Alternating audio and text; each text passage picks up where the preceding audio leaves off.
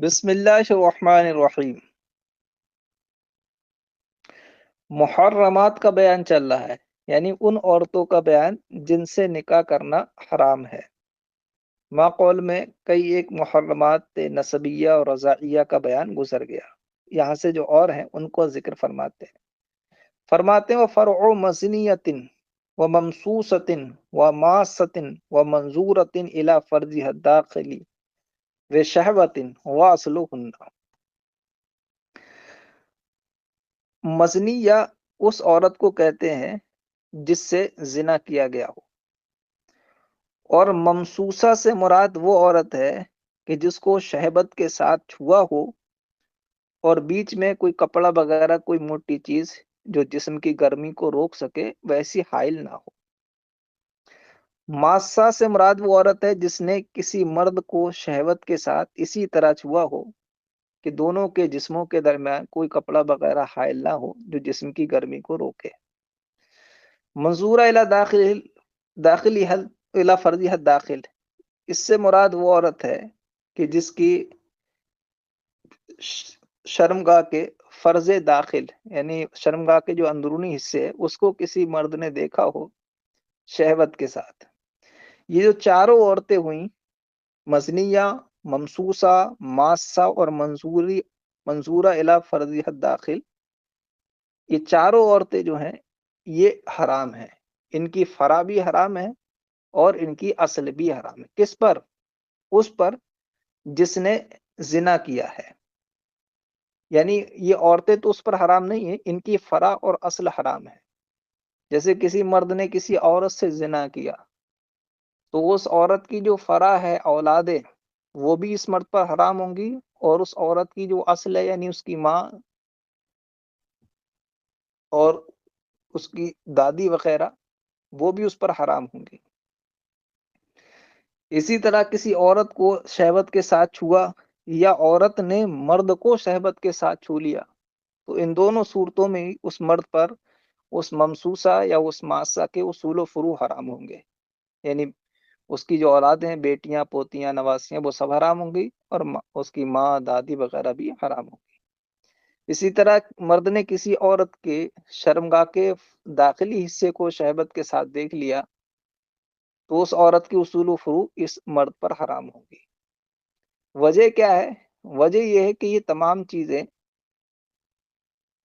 اگرچہ ان میں جزئیت کا تحقق نہیں ہوگا، جیسے کہ زنا میں جب زانی کسی عورت سے زنا کرتا ہے تو زنا کرنے کی بنیاد پر ان میں جنسی تعلقات ہو جاتا ہے، تو وہ سبب ہے جزئیت کا۔ اولاد جو ہوتی ہے نا، وہ ماں باپ کا جز ہوتی ہے، اور اولاد کی ولادت کا سبب کیا بنتا ہے؟ مرد و عورت کا آپس میں وصال، ان کا آپس میں ملنا، یہ سبب بنتا ہے۔ تو جو وتی ہے وہ جزئیت کی علت ہو جاتی ہے، اس کی وجہ سے جزئیت ثابت ہو جاتی ہے، اور وتی چونکہ زنا میں بھی پائی جاتی ہے تو جزئیت کی جو علت ہے وہ یہاں پائی جا رہی ہے۔ اور باقی جو تینوں چیزیں ہیں، ماسہ، ممسوسہ اور منظورہ، یہاں اگرچہ حقیقتاً وتی نہیں ہے لیکن مفضی الی الوتی جو سبب ہے وہ پایا جا رہا ہے، تو یہاں سبب ہی کو اس وتی کے قائم مقام کر دیا گیا ہے، اور جس عورت سے وتی کر لی تو اس کے اصول و فروع مرد پر حرام ہو گئے، کہ یہاں جو جزئیت ہے نا، جزئیت کا سبب پا لیا گیا۔ انسان اپنے جز سے نکاح نہیں کر سکتا ہے نا، کوئی مرد اپنی بیٹی سے یا بیٹی اپنے باپ سے نکاح نہیں کر سکتی، کیونکہ ان میں باپ بیٹوں میں، باپ بیٹی میں اور ماں بیٹے میں علاقہ جزئیت ہے کہ اولاد ماں باپ کا جز ہے، تو جز سے نکاح نہیں ہو سکتا ہے۔ اسی طرح بیٹا ماں سے نکاح نہیں کر رہا ہے، بیٹی باپ سے نکاح نہیں کر رہی، کیونکہ وہاں بھی جزئیت ہے۔ تو ماں باپ اور اولاد میں جزئیت ہوتی ہے آپس میں، اور اس جزئیت کی علت کیا ہے؟ وہ وتی ہے جو زنا میں پائی گئی، اور اس کا سبب کیا ہے؟ شہوت کے ساتھ چھونا اور شہوت کے ساتھ فرض داخل کو دیکھنا ہے۔ تو باقی جو تینوں صورتیں ہیں، ماسہ، ممسوسہ اور منظورہ کی، ان میں وہ سبب پایا جا رہا ہے، تو اس سبب کو بھی اصل کی جگہ ہی رکھ دیا گیا، اور سب کا حکم ایک دے دیا گیا کہ ان کے بھی اصول و فروع ویسے حرام ہو جائیں گے جیسے انسان پر اپنے اصول و فروع حرام ہے. آگے سمجھ میں. اب رہا یہ کہ ان سب میں جو شہوت کی قید لگائی ہے، تو شہوت سے کیا مراد ہے؟ کیسے پہچانے کہ شہوت تھی یا نہیں تھی؟ کیسے معلوم ہو؟ تو فرمایا کہ مرد میں شہوت کے جاننے کا طریقہ یہ ہے کہ اس کا آلہ منتشر ہو جائے، یعنی عضو تناسل میں انتشار آ جائے. اگر انتشار کی کیفیت ہو گئی چھوتے وقت تو یہ شہوت کا تحقق ہو گیا.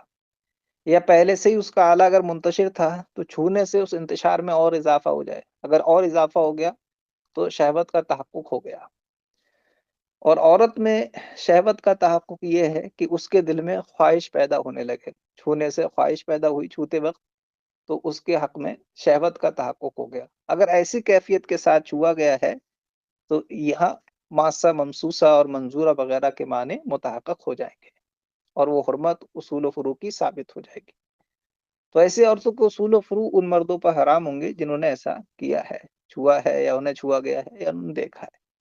البتہ وہ عورت جسے چھوا ہے یا جس نے چھوا ہے یا جس کو دیکھا ہے، اگر کسی اور رشتے سے وہ حرام نہ ہو تو محض اس کی وجہ سے وہ عورت حرام نہیں رہے گی. اس عورت اگر اجنبیہ نکاح ہو سکتا ہے تو اس سے وہ نکاح کر سکتا ہے، اس کے لیے حلال ہے وہ، لیکن اس کے اصول و فروع وغیرہ حلال نہیں ہوں گے. سمجھ لینا اس مسئلے کو ٹھیک سے. وفرع مزنیت وممسوسۃ وماسۃ ومنظورۃ الی فرجها الداخل بشہوۃ واصلہن، اور حرام ہے اس عورت کی فرع جس سے زنا کیا گیا ہو، وممسوسۃ اور اس کی فرع جسے چھوا گیا ہو، وماسۃ اور اس عورت کی فرع جس نے چھوا ہو، منظورتن اور اس عورت کی فرع جس کی فرض داخل کو دیکھا گیا ہو. بے شہابتن، بیٹا بے شہابتن کی قید تینوں سے متعلق ہے، ممسوسہ سے بھی، ماسہ سے بھی اور منظورہ سے. کیا گیا ہو شہوت کے ساتھ، ان سب کی فرع حرام ہے. وَأَصْلُهُنَّ اور اصل بھی حرام ہے. المسو بشہابتن عند البعض، شہبت کے ساتھ چھونا کا مطلب بعض فقہا کے نزدیک یہ ہے کہ ان یشتہی بقلبہ ویتلذذ بہ، کہ جسے شہوت ہے اس کے قلب میں اشتہا ہو جائے اور وہ اس سے اپنے اندر لذت محسوس کرنے لگے. ففی النساء لا یکون الا ھذا، تو عورتوں میں تو صرف یہی کیفیت ہو سکتی ہے کہ قلب میں اشتہا اور لذت پیدا ہو جائے، یہی ان کے حق میں شہوت کا معنی ہے. المس بشہبۃ، شہبت کے ساتھ چھونے کا مطلب بعض حضرات کے نزدیک یہ ہے کہ قلب میں اشتہا ہو اور قلب اس کے ذریعے لذت محسوس کرے. تو عورتوں میں تو صرف یہی معنی متحقق ہوگا. واما فی الرجال، اور ہاں مردوں میں، فعند الباس، تو بعض کے نزدیک شہبت کا مطلب یہ ہے کہ ان ینتشر آلتہ، کو اس کا آلہ منتشر ہو جائے، او یزداد انتشارا، یا پہلے سے منتشر ہے تو انتشار اور بڑھ جائے. ہوا صحیح، یہی تفصیل اس کی صحیح ہے. وما دون 9 سنین لیست بمشتہات وبہ یفتیٰ، اور فرماتے ہیں اور وہ لڑکی جو 9 سال سے کم عمر کی ہو وہ مشتہات نہیں ہے، قول مفتیٰ بہ پر. یعنی اگر کوئی 9 سال کی لڑکی سے کم تھی، اس کو شہوت کے ساتھ چھو لیا یا اس کی فرض داخل کو دیکھ لیا تو اس سے حرمت اصول و فروع کی ثابت نہیں ہوگی. یعنی بعد میں اس لڑکی کی جو اولادیں ہوں گی یا اس لڑکی کی جو ماں ہے، دادی وغیرہ ہے، وہ اس چھونے والے یا اس دیکھنے والے کے حق میں حرام نہیں ہوگی، کیونکہ یہاں معتبر شہوت ہے اور 9 سال سے کم کی لڑکی وہ محل شہوت ہی نہیں ہے. شہوت کا معنی حقیقت میں وہاں ٹھیک سے متحقق ہی نہیں ہوا. تو 9 سال کی سے کم کی لڑکی وہ مشتہات نہیں ہے، اس کے ساتھ اگر ایسا کیا گیا تو حرمت ثابت نہیں ہوگی. ہاں اگر لڑکی 9 سال کی یا اس سے زیادہ کی ہے تو وہ مشتہات ہے، ٹھیک ہے، اس کے ساتھ اگر ایسا ہوا تو حرمت اصل و فرع کی ثابت ہو جائے گی. اب رہا یہ کہ یہ جو قید لگائی گئی کہ کون کس عمر کی لڑکی مشتہات ہے کس کی مشتہات نہیں ہے، تو اس میں بنیادی چیز کیا ہے؟ تو فرماتے ہیں کہ اصل میں اشتہا جو پیدا ہوتی ہے وہ عورت کے اعضائے جسمانیہ کی وجہ سے ہوتی ہے، اور وہ عمر کے لحاظ سے اور اور انسان کے اپنے قبیلے اور اپنی خاص قوم وغیرہ کے لحاظ سے مختلف ہو جاتا ہے۔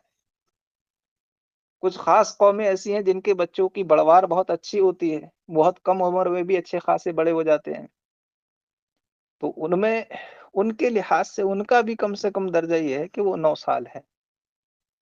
اور کچھ قومیں ایسی ہوتی ہیں جن کے بچے 12 12 13 13 15 15 سال کے ہیں، پھر بھی وہ چھوٹے بچے ہی لگتے ہیں۔ تو اب ان پر اگر ہم بنا کریں تو پھر ان کے لیے حکم دینا پڑے گا اس سے زیادہ۔ تو شرع نے چونکہ اب جسم کی بڑوار مختلف ہے، پان یا قوم اور نسل کے لحاظ سے مختلف ہے بڑوار جسم کی، تو جسم کے لحاظ سے یا اعضاء جسمانیہ کے لحاظ سے کوئی حکم متعین کرنا مشکل ہے۔ تو شرع نے ایک حکم سب کے لیے رکھا، وہ کیا ہے؟ 9 سال، کیونکہ اکثر یہی ہے کہ 9 سال تک لڑکی قابل شہبت ہو جاتی ہے، اکثر یہ ہے، اور اکثر کا ہی اعتبار ہوتا ہے فقہ میں۔ تو جو اکثر کا حکم تھا وہ سب کو دے دیا کہ جو 9 سال یا اس سے زیادہ کی ہے تو اسے مستحاض مانا جائے گا، اگرچہ اس کا جسم چھوٹا ہو، اگرچہ اس کی قد و قامت کم ہو، اور جو اس سے کم کی ہے وہ چاہے کتنی بڑی لگے اس کو مستحاض نہیں مانا جائے گا۔ ٹھیک ہے، تو اس عمر کی جو تعین ہے وہ اکثر کے لحاظ سے کی گئی ہے، وہی فرماتے ہیں وما دون 9 سنین لیست بمجتہد، اور وہ لڑکی جو 9 سال سے کم کی ہو وہ مجتہد نہیں ہے، وہ بھی یفتہ، اسی قول پر فتویٰ ہے۔ علم ان بنتا 9 سنین او اکثر قد تکون مجتہدن وقد تکون لا، کہتے ہیں تم جان لو کہ 9 سال یا اس سے زیادہ کی لڑکی کبھی مجتہد ہوتی ہے، کبھی نہیں ہوتی ہے۔ میں نے بتایا نا، کچھ لوگوں کی بڑوار اچھی ہوتی ہے، کچھ کی اچھی نہیں ہوتی ہے، کچھ 9 سال میں ہی ہو جاتے ہیں، کچھ بڑے بھی ہوں تب بھی نہیں لگتے ہیں۔ تم جان لو کہ 9 سال یا اس سے زیادہ کی لڑکی کبھی مجتہد ہوتی ہے، وقت تکون لا، اور کبھی نہیں ہوتی ہے۔ وہذا یختلف بعدم الجثۃ وصغرها، اور یہ چیز مختلف ہوتی ہے جسم کے بڑے ہونے یا چھوٹے ہونے کے اعتبار سے۔ واما قبل ان تبلغ 9 سنین فالفتوى انها ليست بمجتہد، اور رہا یہ کہ 9 سال کی عمر سے کم ہو، اگر قبل ان تبلغ 9 سنین، 9 سال کی عمر پہنچنے سے پہلے، فالفتوى انها ليست بمجتہد، تو فتویٰ اس پر ہے کہ وہ مجتہد نہیں ہے۔ بیٹا یہ تو 9 سال سے کم کی ہے، کہ 9 سال سے کم کی ہے تو وہ مجتہد نہیں ہے، چاہے کتنی بڑی ہو۔ اب رہا یہ کہ 9 سال یا اس سے زیادہ کی ہے تو مجتہد ہوگی یا نہیں ہوگی، تو اس میں صاحب شرع وقایہ کے قول سے تو معلوم ہو رہا ہے کہ کبھی وہ مجتہد ہوتی ہے، کبھی نہیں ہوتی ہے۔ تو انہوں نے تو جو ہے مجتہد ہونے کا دار و مدار جسم کی بڑوار پر رکھا ہے، کہ اگر اس کا جسم بڑا ہو اور وہ عورت جیسی معلوم ہوتی ہو تو مجتہد ہے، اور اگر بالکل بچہ معلوم ہوتی ہے تو مجتہد نہیں ہے۔ لیکن اس میں صحیح یہی کہ 9 سال کی لڑکی کو مجتہد مانا جائے گا، جسامت ہی پر محض اس کو نہیں چھوڑا جائے گا، ورنہ پھر تعین کرنا حکم شرع کی بہت مشکل ہو جائے گی۔